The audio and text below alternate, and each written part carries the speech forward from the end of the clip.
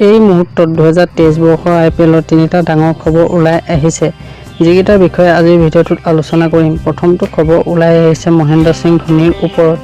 আমি সকলোৱে ভাবি আছিলোঁ যে মহেন্দ্ৰ সিং ধোনীয়ে এইবাৰ 2023 বৰ্ষৰ IPL খেলিব নে নেখেলে, কিন্তু ক্ৰিকেট প্ৰেমীসকলৰ বাবে এটা ভাল খবৰ ওলাই আহিছে যে এইবাৰ আমি মহেন্দ্ৰ সিং ধোনীক চেন্নাই ছুপাৰ কিংছৰ টীমৰ হৈ খেলিবলৈ দেখা পাম আৰু কেপ্টেইনৰ ভূমিকা পালন কৰিব। দ্বিতীয়টো খবৰ ওলাই আহিছে সুৰেশ ৰাইনাৰ ওপৰত। মিষ্টাৰ IPL নামে পৰিচিত সুৰেশ ৰাইনা IPL ছিৰিজৰ পৰা অৱসৰ লোৱাৰ বিষয়ে টুইটাৰৰ যোগে জানিবলৈ দিয়ে। ক্ৰিকেট প্ৰেমীসকলৰ বাবে এইটো সঁচাকৈয়ে বহুত বেয়া খবৰ। আৰু তৃতীয়টো খবৰ ওলাই আহিছে জাদেজাৰ ওপৰত। এইবাৰ হয়তো জাদেজাক চেন্নাই ছুপাৰ কিংছৰ হৈ খেলা আমি দেখিবলৈ নাপাম। এইবাৰ তেওঁ ৰাজস্থান ৰয়েলছৰ টীমটোৱে কিনাৰ কথা আলোচনা কৰি আছে, কিন্তু এইটো খবৰ এতিয়ালৈকে অফিচিয়েলি এনাউন্স হোৱা নাই। যদি অফিচিয়েলি এনাউন্স হয় তেতিয়া ভালদৰে এইটোৰ ওপৰত এটা ভিডিঅ' প্ৰস্তুত কৰা হ'ব।